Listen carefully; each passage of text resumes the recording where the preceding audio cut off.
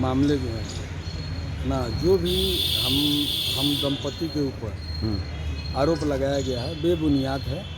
हम लोग 9 तारीख को यहाँ थे भी नहीं जब लड़का और लड़की घर से गायब हुए, या लड़का और लड़की घर छोड़े। मैं नहीं था, मेरी पत्नी भी नहीं थी।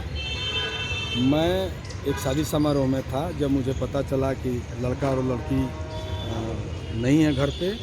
और जैसा सच्चाई है झूठ है मुझे नहीं मालूम, जैसा लड़की की माँ ने कहा कि मेरे मोबाइल पे मेरी बेटी के मोबाइल से मैसेज आया है कि आप जो कुछ भी बात करना है विनय बिहारी से बात करें।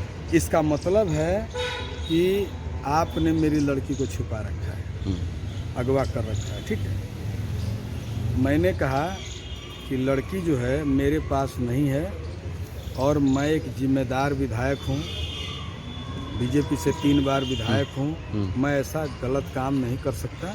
आपको गलत फहमी है, आपको किसी ने चढ़ा बढ़ा दिया है, आपको कोई हमारा विरोधी मिल गया है।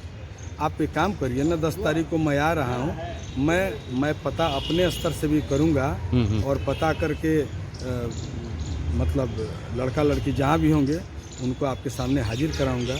लेकिन आप ये मत सोचिए कि मैंने लड़की को छुपा रखा है। नहीं नहीं नहीं नहीं, मुझे मालूम है आपने लड़की को छुपा रखा है, मैं तो केस करूँगी।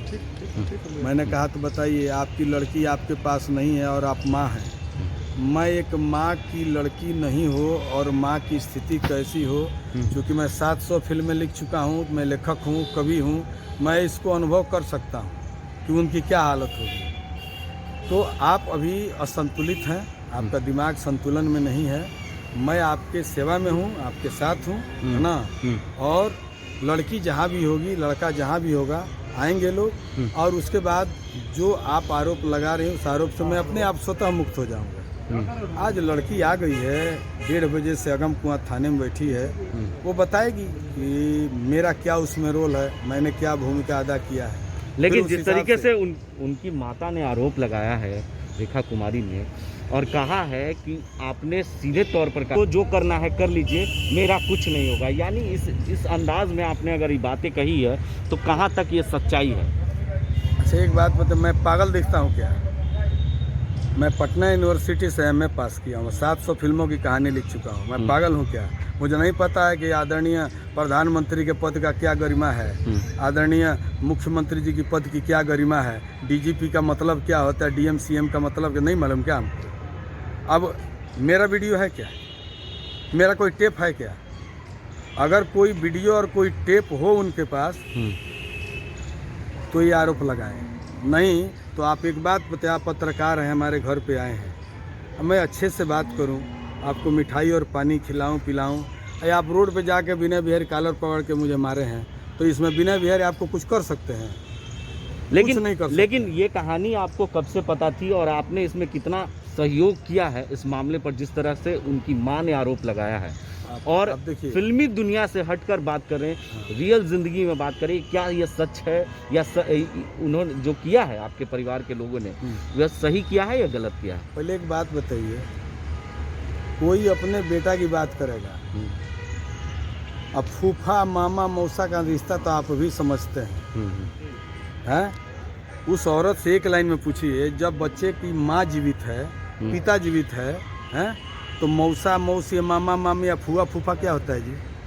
आपको नहीं समझ में आता है कि ये क्या मामला है? ये समझदार व्यक्ति, हर व्यक्ति समझ रहा है।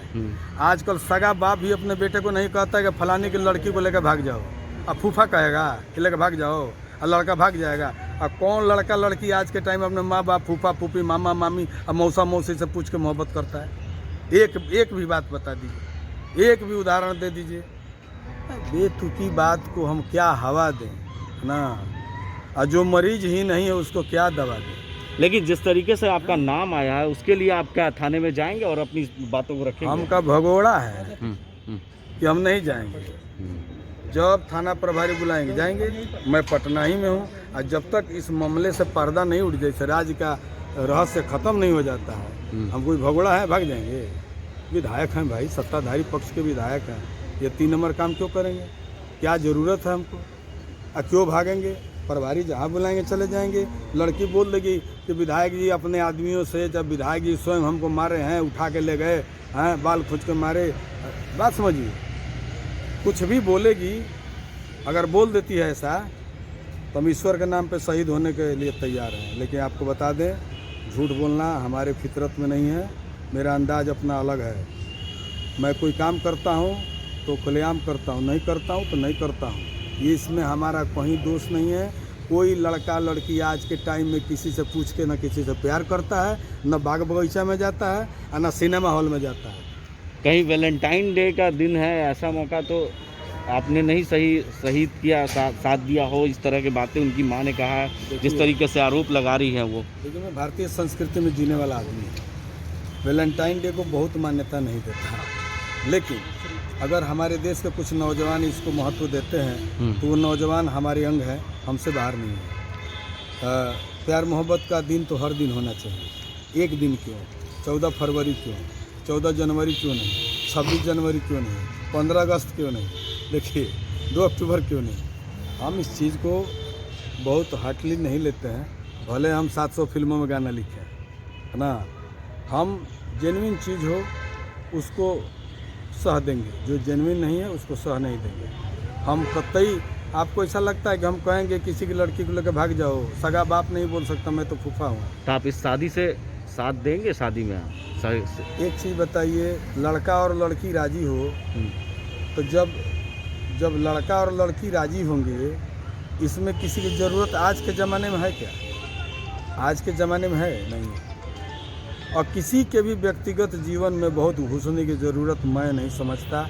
मुझे लगता है कि हर आदमी को अपने तरीके से जीवन को जीने का हक है और ये हक किसी भी व्यक्ति को छीनना नहीं चाहिए।